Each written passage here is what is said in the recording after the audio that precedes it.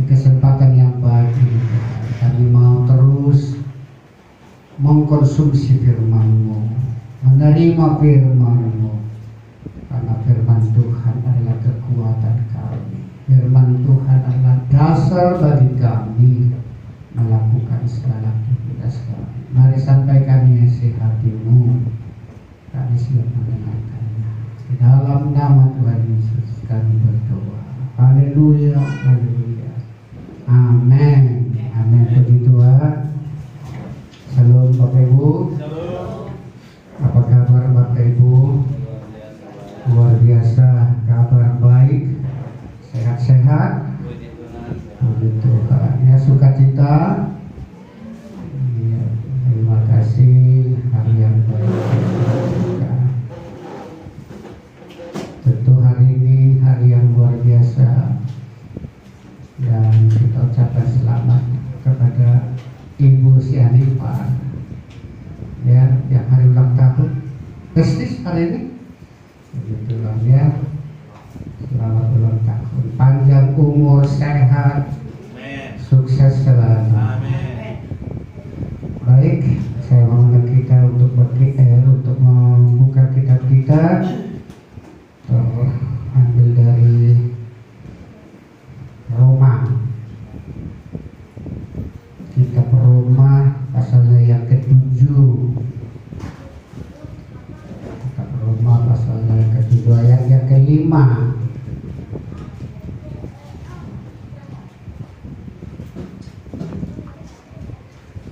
Sudah, kita baca bersama-sama. Roma pasalnya yang ke-7 ayat yang ke-5. 2-3 ya. Sebab waktu kita masih hidup di dalam daging, hawa nafsu dosa yang dirangsang oleh hukum Taurat bekerja dalam anggota-anggota tubuh kita agar kita berbuah bagi maut. Ya, saudara-saudara yang dikasihi Tuhan, apa yang disampaikan oleh Rasul Paulus ini tidak perlu untuk ditafsirkan secara berbeda, ya. Tidak perlu dipahami secara berbeda, karena yang dinyatakan oleh Paulus ini cukup gamblang, ya, cukup tegas, cukup terang. Namun menjadi aneh di dalam kehidupan orang Kristen hari ini, sepertinya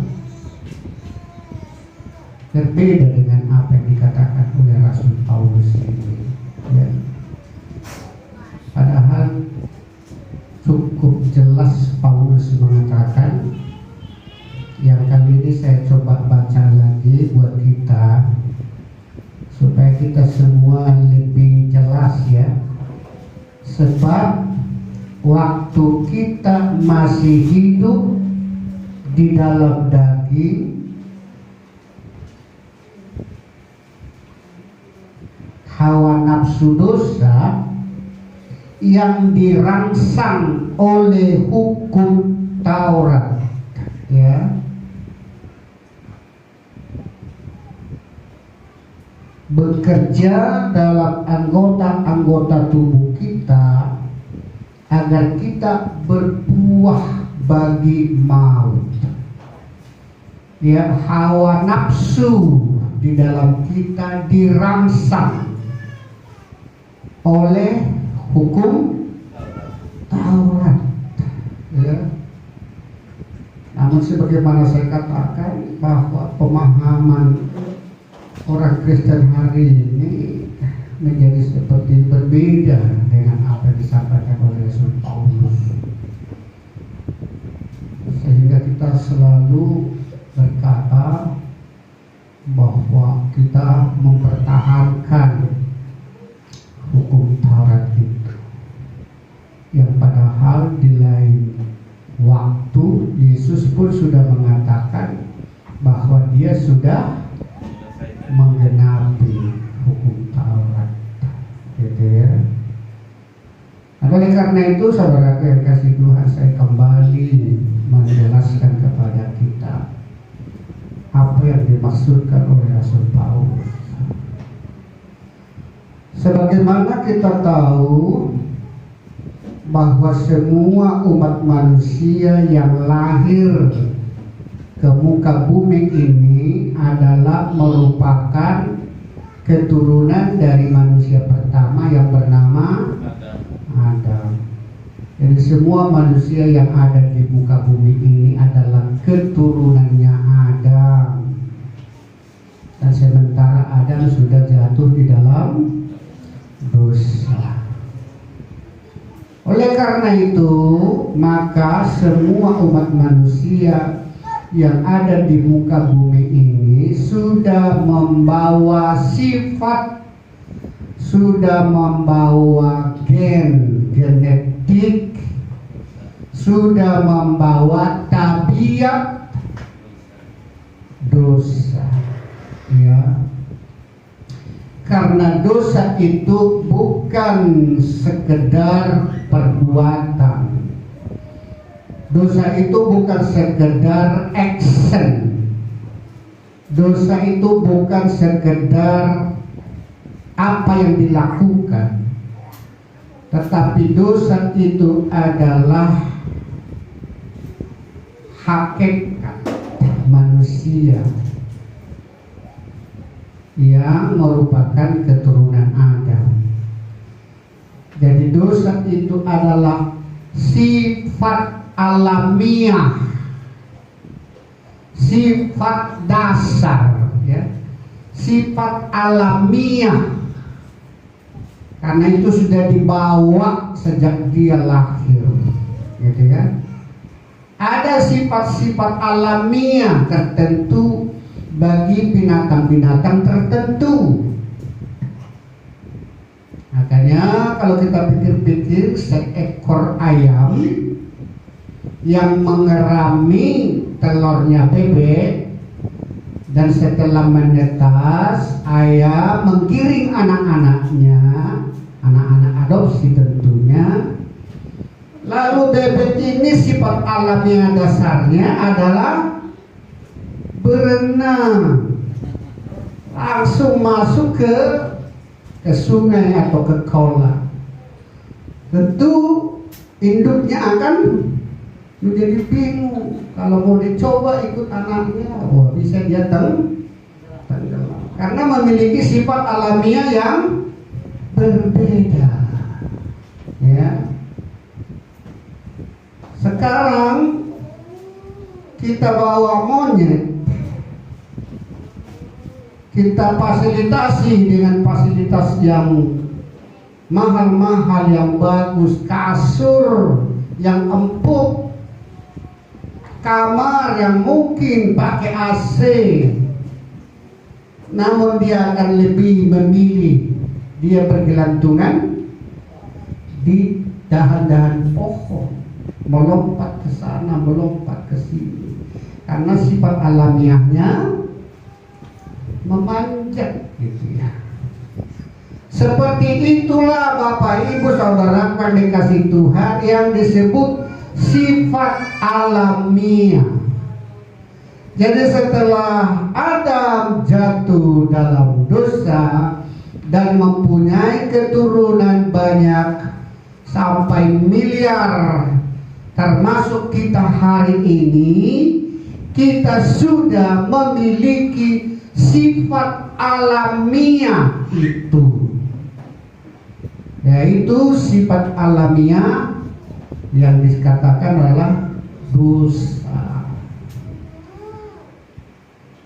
Dan anehnya saudara dikasih Tuhan, bersyukurlah hanya melalui firman Tuhan ini manusia dan kita mengetahuinya. Karena di luar sana mereka tidak mengetahuinya, karena tidak ada yang memberitahukannya. Ada benar-benar tidak tahu, tapi ada juga yang benar-benar tidak mau tahu, gitu ya. Jadi dosa itu adalah sifat alamiah. Makanya dikatakan setelah orang itu nongol di muka bumi ini, dia sudah membawa sifat itu, ya, sifat itu. Tetapi sifat alamiah itu ternyata dia seperti, kalau kita istilahkan, dia tidur. Tabiatnya tidur, karakternya tidur, tidak nampak, tidak muncul, tidak nongol, begitu ya. Seperti banyak orang-orang sekarang yang memoles kata-katanya, tutur katanya, kesabarannya, sepertinya orang itu sabar, karena masih ditutup-tutupi oleh bulu ayam, yang padahal dia adalah musang, ya. Dia adalah musang, tetapi masih ditopeng-topengi, dipakai bulu-bulu ayam. Tapi pada saat seketika, maka bulu ayamnya akan rontok dan musangnya akan nampaklah taringnya, nampaklah sangarnya, sehingga orang mengatakan, oh saya tidak menyangka dia ternyata seperti itu. Selama ini saya lihat betapa enaknya, betapa sabarnya, betapa kalamnya orang itu, karena dia masih memakai bulunya, bulu ayam.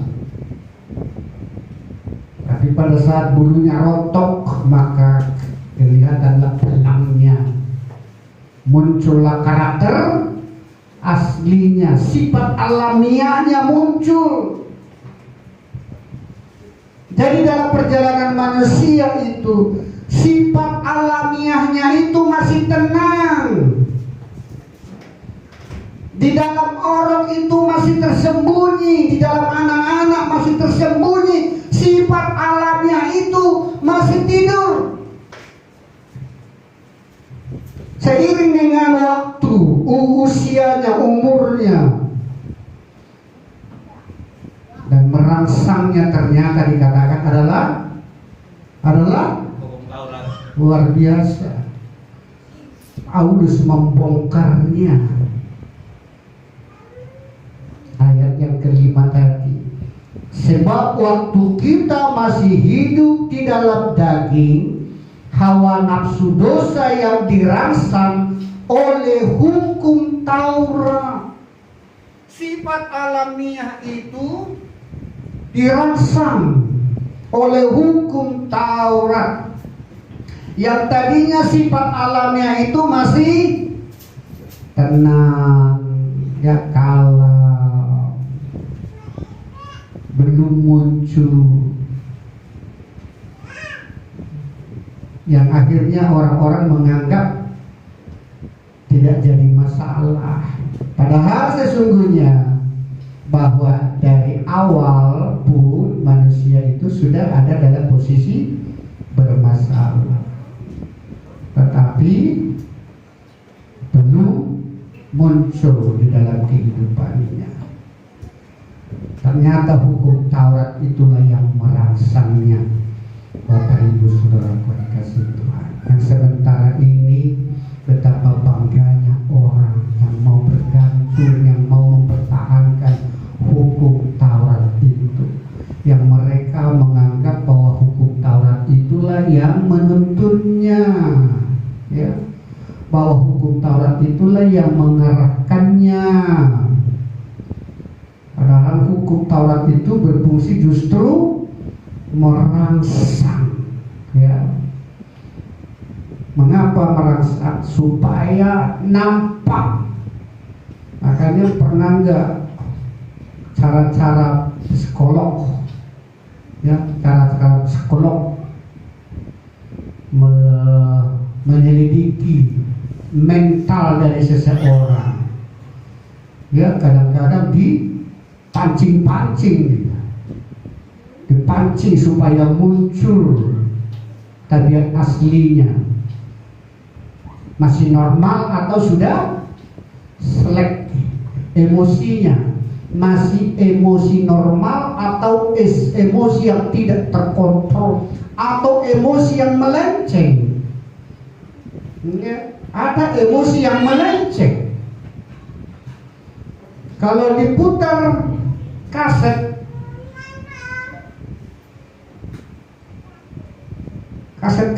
yang itu yang energi, coba dites dulu, anak-anak kecil ini langsung pada nari-nari, itu nari, karena emosinya normal, ya normal. Dia joget-joget, dia sepanjang di setel musiknya, ya disco misalnya, ya ikut joget dia, joget, berarti dia normal. Tapi ada yang tidak normal. Sewaktu musik diputar, perhatiannya pergi ke mana-mana, menerawang, bengong dia. Tapi setelah musik dimatikan, barulah dia joget. Musik sudah mati, baru dia joget. Waktu musik masih berjalan, dia bengong aja. Tapi sudah musik dimatikan, baru dia jogging. Kenapa? Oh, enak musiknya, kata, padahal musik sudah berhenti. Berarti sudah tidak normal. Seperti itu emosinya seseorang. Pada saat dibentak, dimarahin, bisa dia tidak meresponi. Tetapi pada saat tidak ada rangsangan-rangsangan, bisa dia mendadak marah, bisa mendadak nangis, bisa mendadak tertawa. Jadi begitu cara para psikolog itu melihat bagaimana kenormalan emosi itu ya, jadi dirangsang. Dan ternyata hukum Taurat ini merangsang sifat alamiah dari setiap orang. Oleh karena itu, saudara yang dikasih Tuhan, ternyata bahwa hukum Taurat itu justru tidaklah menuntun kita, membawa kita untuk lebih baik dan untuk menjadi benar. Amin. Amin. Hukum Taurat tidak menjadikan kita menjadi lebih baik, bahkan merangsang sifat-sifat yang itu bermunculan, gitu ya. Kata larangan-larangan itu merangsang kita untuk menabraknya, ya. Pada saat dikatakan jangan, maka itulah merangsang kita untuk menabrak kata jangan itu. Saat dikatakan tidak boleh, langsung ada sifat alamiah kita ini. Kata siapa nggak boleh, gitu ya.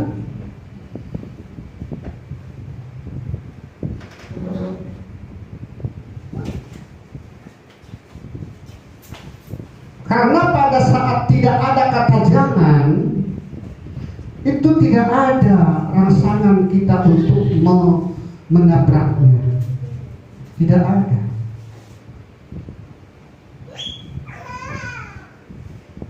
Apa yang kita miliki tidak ingin untuk kita mengambilnya, ya.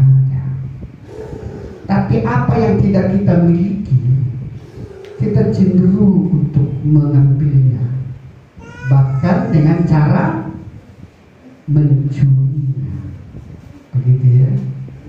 Makanya jangan heran Bapak Ibu yang kasih Tuhan, menyaksikan seorang keluarga yang membiarkan rambutannya, mangganya, buahnya lebat, gitu. Karena dia tidak terangsang untuk mengambilnya. Berbeda dengan orang yang lain, bisa malam-malam dia mau mengambil. Jadi orang yang tidak memiliki, dia akan cenderung dan pengen dia mengambilnya.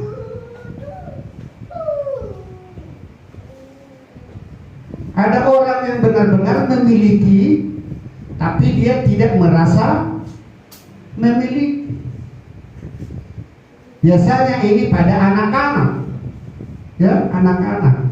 Dia memiliki misalnya warung, makanan-makanan di warung itu adalah milik mereka. Uang yang ada di laci itu milik mereka. Tetapi anak-anak yang tidak merasa memiliki, pasti dia akan mengambilnya, ngumpet-ngumpet diambilnya, karena dia tidak merasa bahwa itu adalah miliknya. Dia menganggap bahwa itu adalah milik orang tuanya. Tapi coba kalau anak itu benar-benar merasakan ikut memiliki, maka dia akan pasti menambahinya. Dengan cara apa? Ya, lebih rajin dia melayani para pembelinya, dia rajin. Dan sekalipun ada uang itu di situ, dia tidak akan mengambil. Toh itu aku milik saya. Tapi karena hukum Taurat berbicara jangan, mata ganti mata, maka itulah yang merangsang sifat alamiah itu. Jadi hukum Taurat adalah justru merangsang sifat alamiah itu. Oleh karena itu jangan berbangga untuk mempertahankannya. Dan sampai puncaknya saudara yang kasih Tuhan, hukum Taurat itu diberikan untuk merangsang sifat alamiah itu sampai ke titik tertentu, maka kita tahu siapa kita. Tidak ada lagi orang yang menyombongkan bahwa di dalam dirinya ada nilai-nilai kebaikan. Ternyata bermunculanlah sifat-sifat kejahatan dan sifat nafsu dosa itu muncul, maka dia tahu bahwa saya bukanlah orang benar. Makanya firman Tuhan berkata, jika ada orang mengatakan bahwa dia tidak berdosa, maka dia menjadikan Allah itu adalah pembohong. Karena memang sudah dia, padahal Allah sudah mengatakan bahwa kita memiliki sifat dosa. Ada kebohongan, tapi kebohongan itu masih tersimpan, masih tidur, tidak muncul, sehingga ada orang mengatakan bahwa aku adalah orang baik, aku tidak pernah berdosa, aku tidak berdosa. Sehingga pada saat ada orang mengatakan aku tidak berdosa, maka orang itu menjadikan sepertinya orang itu menjadikan Allah itu berbohong. Tapi bagaimana mengujinya? Bagaimana menguji orang yang betapa bangganya mengatakan bahwa dia tidaklah berdosa? Bagaimana mengujinya bahwa orang itu tidak ada hawa nafsu? Itulah makanya ada hukum Taurat. Maka pada saat hukum Taurat itu, maka muncullah, dirangsanglah sifat-sifat buruk yang masih tersimpan itu, yang sebenarnya masih ada di dalam dari anak-anak sejak lahir itu. Tapi sifat itu masih tersimpan, masih tidur, gitu ya. Yang ternyata dunia ini tidak tahu hal itu. Dunia ini mengatakan bahwa bayi itu ibarat kertas putih, tabula rasa, ya. Padahal apakah betul orang itu seperti kain putih? Tidak. Ternyata di dalam sudah banyak, tapi masih tidur.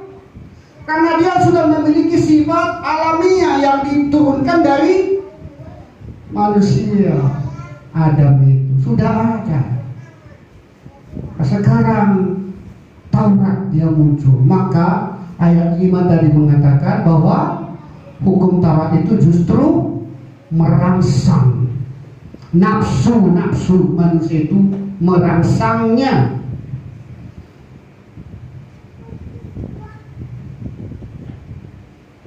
Berarti hukum Taurat itu justru memunculkan segala ketidakberesan manusia itu.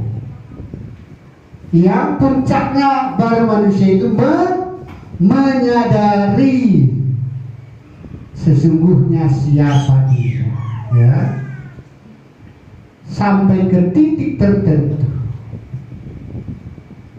Tapi banyak orang yang masih menganggap bahwa itu main-main saja, tidak serius, sehingga muncullah orang yang mengerjakan hukum Taurat, yang bangga dengan mengerjakan hukum Taurat, yang menganggap bahwa dia mampu mengerjakan hukum Taurat.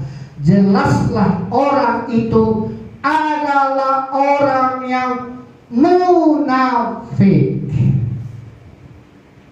ya. Orang yang masih bangga mengerjakan hukum Taurat, merasa mampu dia mengerjakan hukum Taurat, sesungguhnya orang itu adalah munafik.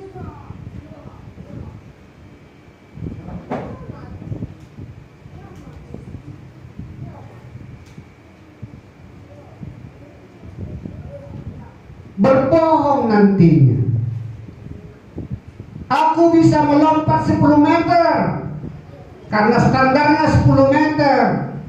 Dia mengatakan aku sukses melompati pagar 10 meter. Merasa dia bisa melompati dan puas. Karena apa? Karena dia memang benar-benar bermain-main. Karena kalau orang sungguh-sungguh mengerjakan hukum Taurat, maka sudah dapat dipastikan bahwa orang itu tidak akan sanggup mengerjakannya. Jadi kalau ada orang yang masih mengerjakan hukum Taurat bertahun-tahun, maka dapat dipastikan bahwa orang itu adalah orang yang munafik. Oleh karena itu saudara dikasih Tuhan, jangan bermain-main akan uluran tangan. Itulah yang ada di dalam ayat 6-nya. Coba kita lihat ayat 6. Ya. Tidak, kita baca 2-3 ya. Tetapi sekarang kita telah dibebaskan dari hukum Taurat, sebab kita telah mati bagi Dia yang mengurung kita, sehingga kita sekarang melayani dalam keadaan baru menurut Roh dan bukan dalam keadaan lama menurut hukum Taurat. Jadi ada masanya orang itu terbebas dari hukum Taurat setelah dia sadari, setelah dia tahu bahwa sesungguhnya hukum Tauratlah yang merangsang sifat-sifat dosa yang ada di dalam dirinya. Dan sementara ada uluran tangan yang mana Yesus telah mati, sehingga dia mengatakan bahwa aku telah menggenapi hukum Taurat dan memberikan bantuan yang beda, yang seharusnya seluruh umat manusia meresponinya. Amin. Amin. Seharusnya di dunia ini meresponi, tetapi karena manusia itu hidup dalam kemunafikan, merasa dengan menjalankan hukum Taurat dia enjoy saja. Karena standarnya sesuka-sukanya.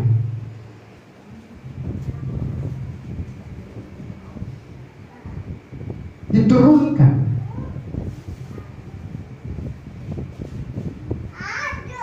Padahal dikatakan, jika kamu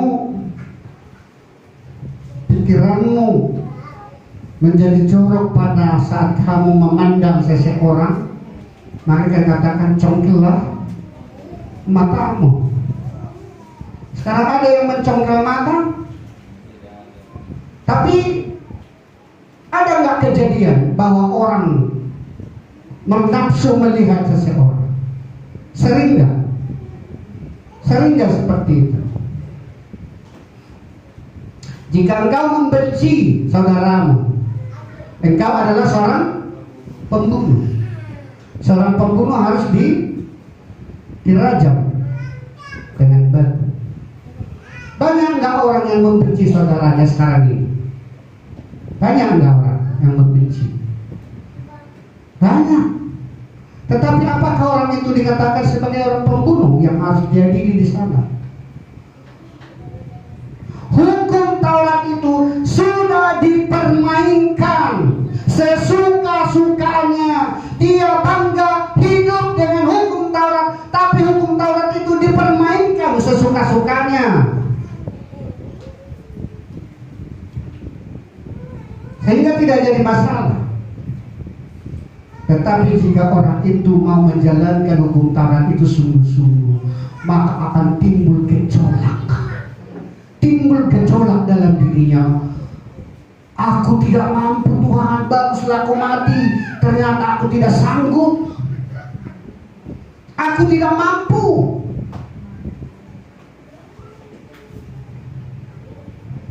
Berarti betapa banyaknya kemunafikan di dunia ini. Karena mereka masih mengatakan bahwa mereka hidup berdasarkan hukum Taurat. Jadi kemunafikanlah menjadikan orang yang hidup di bawah hukum Taurat, tapi tidak ada masalah.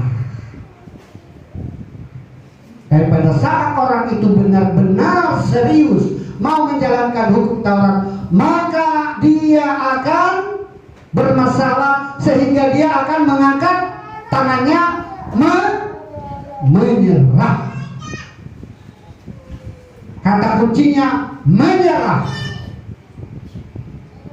Maka kalau ada orang yang bangga mengerjakan hukum Taurat dengan sungguh-sungguh, maka akhirnya dia akan berkata, aku menyerah.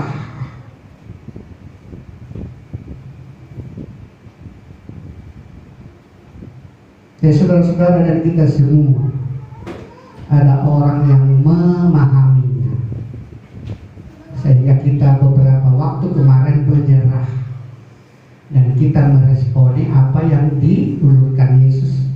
Datanglah kepada Akulah jalan dan kebenaran dan hidup. Sehingga kita menjadi orang-orang seperti apa yang dituliskan di ayat yang ke-6, ya. Tetapi sekarang kita telah dibebaskan dari hukum Taurat. Jadi saudara-saudara sudah terbebas dari hukum Taurat karena saudara sudah meresponi karya penyelamatan itu. Dan saudara sudah hidup di dalam naungan, di dalam dekapan, di dalam rangkuman kasih kemurahan Tuhan itu, ya. Jadi kita tidak lagi hidup di bawah hukum Taurat itu. Dan bersyukurlah saudara-saudara dan kita semua tidak lagi hidup di sana. Kalau kita hidup di sana, maka kita dipastikan dan gagal dan membawa kebinasaan. Di ayat yang kelima tadi kan di situ kan dikatakan dalam anggota tubuh kita agar kita berbuah bagi maut, ya, berbuah bagi maut. Makanya orang-orang Kristen, orang-orang gereja harus menjalani ini dan mulai peduli kepada dunia sana. Dan bahkan mungkin peduli bagi gereja-gereja yang masih munafik, yang menganggap melalui hukum Taurat itu bisa dia eksis. Padahal hukum Taurat sudah jelas tadi dikatakan dialah merangsangnya dan akan berbuah-buah maut. Jadi hukum Taurat itu masih tetap berlaku bagi orang-orang yang belum menyadarinya akan siapa dirinya, yang belum berkata aku menyerah. Berarti hukum Taurat masih berlaku bagi mereka yang belum berkata aku menyerah. Tetapi bagi orang yang sudah berkata aku menyerah, aku tidak mampu, aku tidak sanggup, aku tidak mau menjadi orang munafik yang berpura-pura, mengerjakan tak tahu saya tidak bisa mengerjakannya. Ada enggak murid-murid yang berpura-pura tahu? Tahu enggak? Tahu. Kalau tadi tanya dia tidak tahu. Nggak ada beban di dalam jiwa perpikiran itu. Nggak ada beban.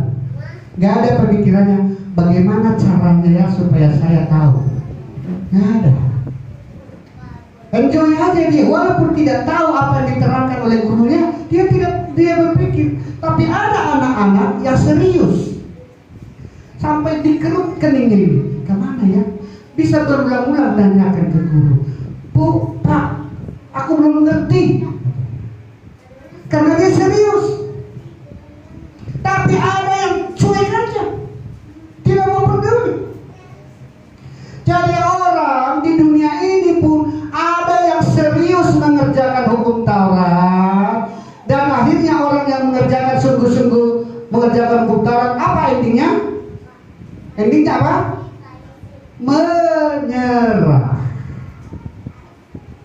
Dan orang yang menyerahlah yang akan meresponi panggilan dari seorang juru selamat. Tapi orang yang berpura-pura tadi, yang munafik itu tadi, yang merasa dia mampu, maka terus tidak akan pernah menyerah. Itu makanya ada firman yang berkata, ada orang yang merasa jalan yang lurus, tapi ujungnya mau. Enjoy aja dia, ya. Tapi ujungnya mau. Tapi bersukacitalah kita tidak menjadi manusia yang munafik, sehingga kita cepat-cepat berkata, aku tidak sanggup Tuhan.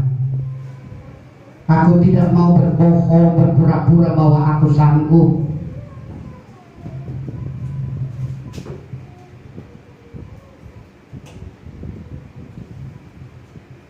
Sepertinya aku orang yang kudus, sepertinya aku orang benar. Padahal ada kebusukan dalam hati kita, ada kebencian, ada iri hati, ada dengki. Pikiran kita kemana-mana. Kita menutupi mata kita, tapi pikiran kita tidak bisa ditutupi. Begitu ya. Jadi hukum Taurat itu adalah bagi orang-orang yang orang-orang dunia ini. Coba 1 Timotius 1 ayat 9. 1 Timotius 1 ayat 9.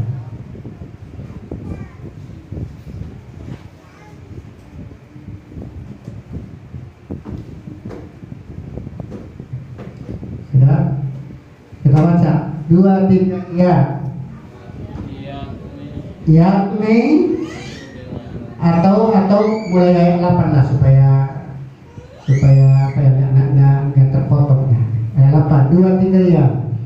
Kita tahu bahwa hukum Taurat itu baik kalau tepat digunakan, yakni dengan keinsapan, bahwa hukum Taurat itu bukanlah bagi orang yang benar, melainkan bagi orang durhaka dan orang lalim, bagi orang fasik dan orang berdosa, bagi orang duniawi dan yang tak beragama, bagi pembunuh bapak dan pembunuh ibu, bagi pembunuh pada umumnya.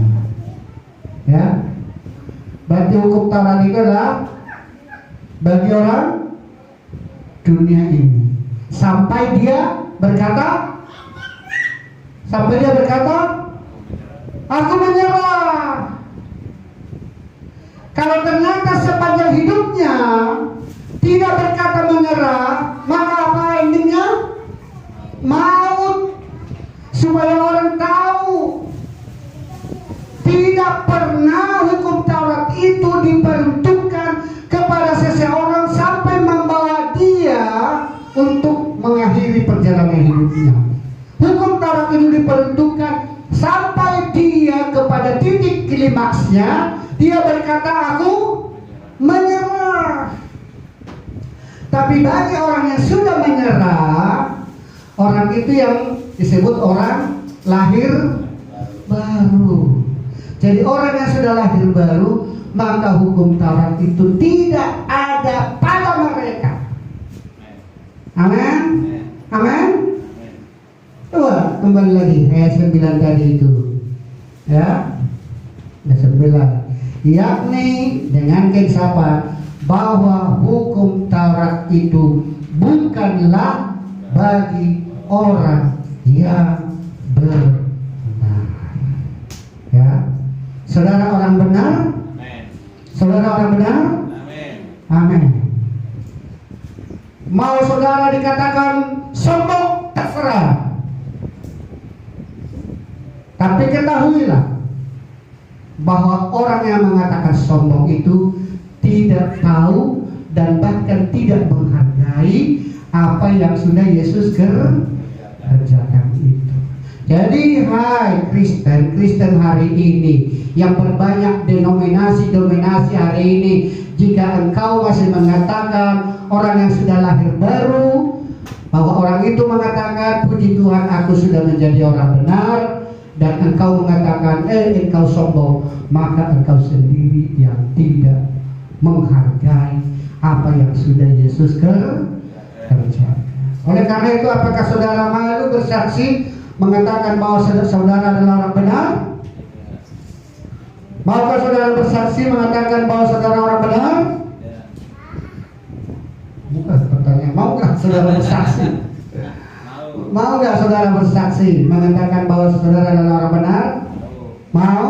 Saksikan sebanyak-banyaknya sampai muncul perkataan orang, oh itu orang sombong. Saat itulah engkau injili dia. Saat itulah engkau jelaskan apa yang dikatakan firman Tuhan. Ya, makanya saya terus mengatakan bahwa kita tidak perlu lagi minta ampun. Yang ternyata standar hukum Taurat itu tidak menerima.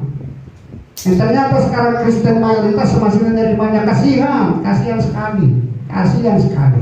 Ya, saudara-saudara nanti ketemu dengan gereja-gereja yang beda, gereja-gereja yang lain, sampaikan itu. Ya, kasihan.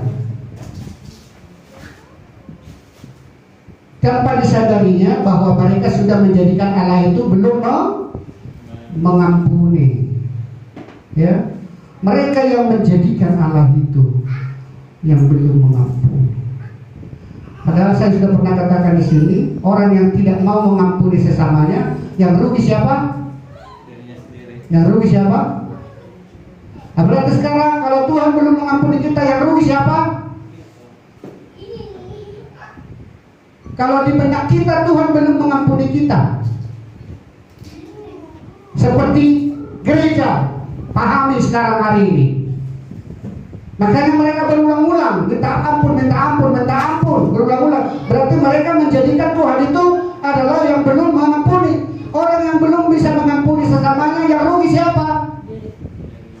Nah, sekarang kalau Tuhan belum mengampuni kita, yang rugi siapa?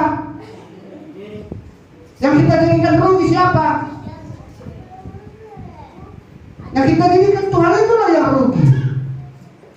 Masa dia belum mengampuni kita?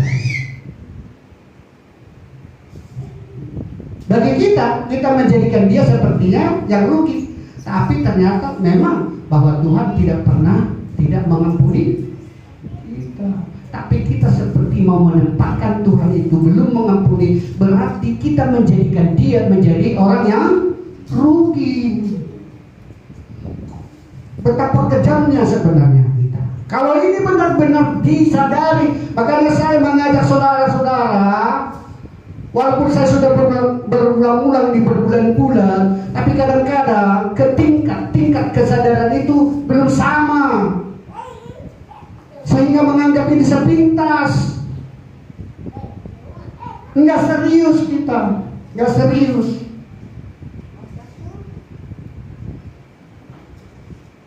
Kalau kita serius, pasti kita merasa kasihkan dengan teman-teman kita di sana yang masih mengajarkan itu, mengajarkan terus. Kita jadikan Tuhan itu kita sandera. Kita sandera. Tuhan itu tersandera oleh kita. Tuhan itu tersandera oleh gereja. Tuhan itu tersandera oleh teologi. Karena teologi mengajarkan Tuhan belum mengampuni. Buktinya apa? Masih terus minta ampun. Padahal firman Tuhan jelas mengatakan dia mengampuni kita satu kali untuk selama-lamanya. Betapa kejamnya kita, betapa kejamnya gereja. Para pendeta betapa kejamnya. Para teologi betapa kejamnya. Menyandera, disandera dia Tuhan itu. Yang terus mengajarkan harus minta ampun. Padahal saya pernah mengajukan pertanyaan, dan saya pernah berkhotbah di gereja lain. Sebelum saya khotbah, saya ajukan pertanyaan ini, dan coba saya kembali, dan sudah pernah saya katakan di sini. Untuk mengulangnya saya munculkan kembali pertanyaan. Kepada siapa kita lebih hormat? Ya? Kepada siapa kita lebih hormat? Kepada si A yang selalu mengampuni kita setiap kali kita minta ampun kepadanya. Ingat ya, kepada siapa kita lebih hormat? Kepada si A yang selalu mengampuni kita setiap kali kita minta ampun kepadanya, atau kepada si B yang selalu mengampuni kita sekalipun kita belum atau tidak minta ampun kepadanya. Si B selalu mengampuni kita walaupun kita belum minta ampun, atau bahkan atau tidak minta ampun, tapi selalu mengampuni. Kita lebih hormat si A atau si B? Si A atau si B? Kalau ditanyakan kepada seluruh gereja hari ini, pasti memilih B. Tapi cara enggak gereja, pengajarannya menjadikan Tuhan itu seperti siapa? Seperti si A. Gereja menjadikan Tuhan itu seperti si A. Aneh, luar biasa aneh. Oleh karena itu, Saudara-saudara, saya terus menerus akan sampaikan ini. Biarlah hendaknya seperti seriusnya saya memperbincangkan ini, biarlah seperti itu. Jangan anggap cuek aja, sepintas saja. Kita nanti akan menjadi munafik jadinya. Seperti orang yang mengatakan aku mampu lompat 10 meter, padahal dia lompat hanya setengah meter. Enjoy aja dia. Padahal kalau sampai dia mati, ternyata dia tidak mampu melompat 10 meter, akhirnya apa? Mau. Tapi sepanjang begini tidak masalah, karena belum mau, belum selesai ajalnya. Oleh karena itu, saudara kasih Tuhan, kalau orang hidup di bawah hukum Taurat sampai dia meninggal, maka endingnya adalah maut. Oleh karena itu, hukum Taurat diberikan untuk menyadarkan bahwa orang itu adalah orang yang tidak mampu, dan dia akan meresponi panggilan Tuhan, datanglah kepadaku. Ya. Dan pada saat orang menyerah dan dia lahir baru, saat itulah orang itu menjadi orang yang benar. Ya. Oleh karena itu, orang yang lahir baru di gereja ini, semuanya kita adalah orang benar. Kalau ada gereja di sana mengajarkan mereka bukan orang benar, terserah mereka. Tapi firman Tuhan berkata di sini. Dan saudara-saudara, jangan menganggap engkau menjadi orang benar lebih berharga itu daripada mendapatkan satu hadiah mobil mewah. Amin. Jangan kita bersorak-sorai karena dapat hadiah mobil. Tapi kita menjadi orang benar, kita anggap cuek aja. Padahal kita menjadi benar karena dibenarkan, maka itu melebihi daripada berkat-berkat yang lain, berkat materi. Bahkan lebih besar daripada kesembuhan fisik. Ya. Lebih daripada kesembuhan fisik. Karena ini adalah berbicara roh kita sudah dibenarkan. Ya. Oleh karena itu, saudara terkasih Tuhan,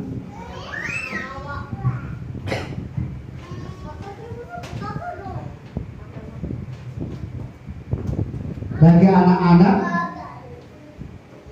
ternyata sifat alamiah itu belum muncul, ya, belum muncul. Berarti kalau suatu saat balita itu meninggal, masuk surga atau enggak? Ya, balita. Atau akhirnya nanti kepada orang yang hijau, ya, ya boleh dalam kesempatan yang lain yang akan disampaikan, gitu ya. Dan kita sudah paham, sehingga kita tidak perlu menangani sesuatu yang tidak perlu kita tangani, ya, tidak perlu. Tetapi jadi saudara kasih Tuhan, ilustrasinya ada dua orang A dan B, katakan sama-sama lahir dengan waktu yang sama, bersamaan lahir, maka kedua-duanya memiliki sifat alamiah tadi, dosa tadi, ya. Seiring dengan perjalanannya mereka mulailah bisa meresponi hukum Taurat, ya, hukum Taurat. Saat hukum Taurat ini dihidupi mereka, maka dua-duanya mengalami rangsangan nafsu dosa, mengalami rangsangan nafsu dosa. Lalu ada rangsangan dosa ini, si B misalnya bermain-main, sehingga hukum Taurat itu dihidupinya seadanya saja, enjoy. Tapi si A yang jujur, dia maka dia mengalami benturan-benturan, dia tidak sanggup melakukan hukum Taurat, maka dia menyerah dan meresponi panggilan Yesus, dan dia mengalami lahir baru. Dia menjadi orang benar, ya, jadi orang benar. Sedangkan ini terus dalam hukum Taurat. Maka suatu saat mereka berumur 70 atau 80 sama-sama mati. Siapakah yang hidup bersama Tuhan? Siapa? Si A atau si B? Si A, ya. Sama-sama mereka lahir membawa sifat alamiah dosa dan sama-sama mengalami rangsangan hukum Taurat, tetapi si A meresponi dan dia lahir baru menjadi orang benar, maka dia akan kembali bersama Tuhan. Apakah saudara sudah semua di sini yang sudah masuk masa klimaks menyerah? Sudah mengalami masa menyerah? Sudah? Semua pernah menyerah? Sudah? Dan setelah menyerah baru saudara mengalami lahir baru. Saat engkau lahir baru, saat itulah engkau adalah orang benar. Dan saat itulah engkau tidak lagi hidup di bawah hukum Taurat. Tetapi orang yang tidak lahir baru, biarlah mereka hidup di bawah hukum Taurat dan akan membawa mereka dalam perbuatan-perbuatan berbuah-buah maut. Amin. Amin. Oleh karena itu sampaikan kepada orang lain supaya jangan ada gereja lagi hari ini yang hidup di bawah hukum Taurat. Amin. Mari kita berkata, haleluya, haleluya. Segala puji syukur hormat